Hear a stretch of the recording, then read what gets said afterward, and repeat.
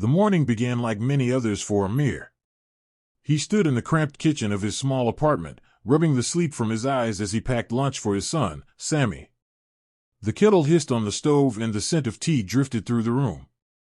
Money had been tight for months, yet he tried to keep mornings gentle for his little boy. Sammy needed to believe that life was steadier than their bank account suggested.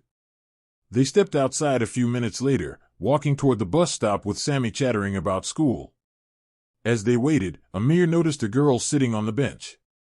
She looked about 12, thin as a twig, her clothes 2 sizes too big. She watched people pass with a mixture of hope and embarrassment, her arms wrapped around herself for warmth. When her stomach growled loud enough for him to hear, her cheeks colored and she looked away. Amir felt that sound in his chest. He reached into the plastic bag that held his own breakfast, a simple roll and cup of warm tea. He had been counting on it to carry him through the day.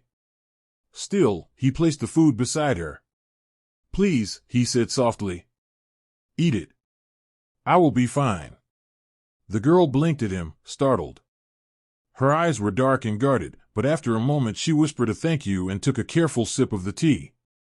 He noticed the way she held the cup as if it were something rare and fragile.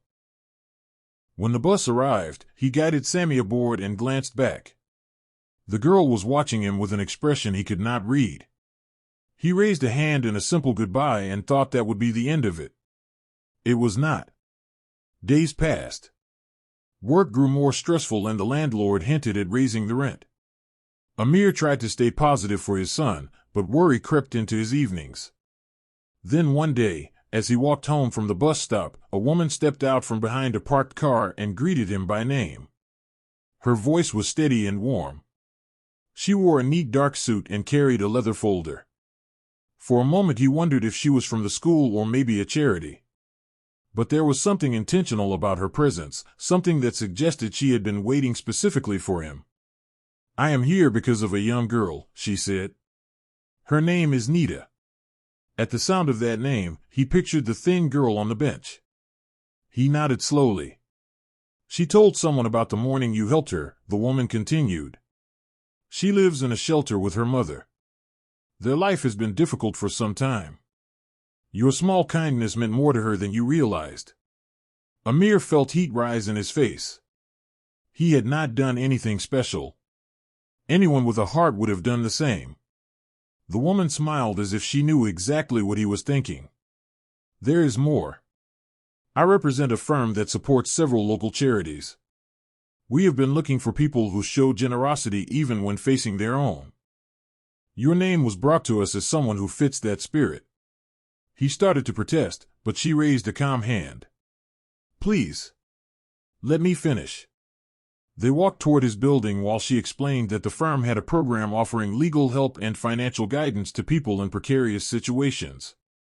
They had reviewed his case after learning about him and believed they could assist him with overdue bills, rental disputes, and even the lawsuit he had been facing from his former employer.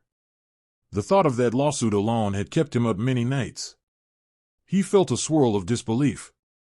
"Why me? I barely gave her a breakfast." "You gave her hope," the woman replied. "Her mother said she came home that day brighter than she had been in months. Sometimes a child needs to be reminded that there is kindness in the world. You did that. And now she wants to return the gesture in the only way she can. She told us you looked tired and that you deserved help too." The word struck him harder than he expected. In his effort to stay strong for Sammy, he had not realized how visible his exhaustion had become. He stared at the ground, unsure whether to feel humbled or overwhelmed. The woman placed a card in his hand. "Our team will handle the legal issues starting this week. You will also receive assistance with rent and access to a counselor who can guide you through the financial planning you need. No cost." He felt unsteady for a moment, as if the world had tilted. Sammy tugged at his sleeve, asking whether the lady was a teacher.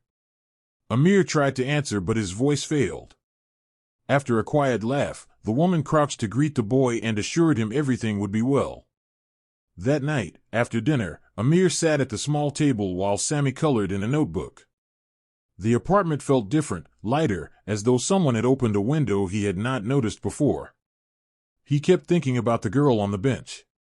He wished he could thank her, yet he understood that what she needed most was the knowledge that her gratitude had already reached him.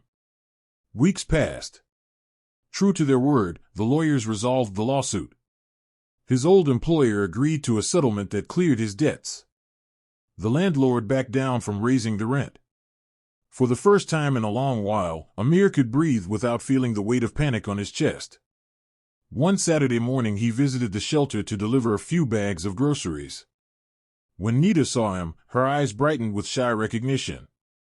She approached slowly, her expression a little braver than before. "You gave me breakfast," she murmured. "And you gave me much more," he replied. She did not fully understand what he meant, but she smiled. Her mother came to thank him as well, explaining that the firm had also helped them secure a safer place to live. It seemed kindness had rippled farther than anyone had expected. As Amir walked home later, he felt something settle inside him, something quiet and warm. Life had not turned easy overnight, but it had changed in a way that made the future feel possible. A simple morning gesture had returned to him as a wave of grace he could never have imagined. Sometimes the smallest offering becomes the start of a new chapter. And sometimes one shared breakfast is enough to remind people that they are not alone.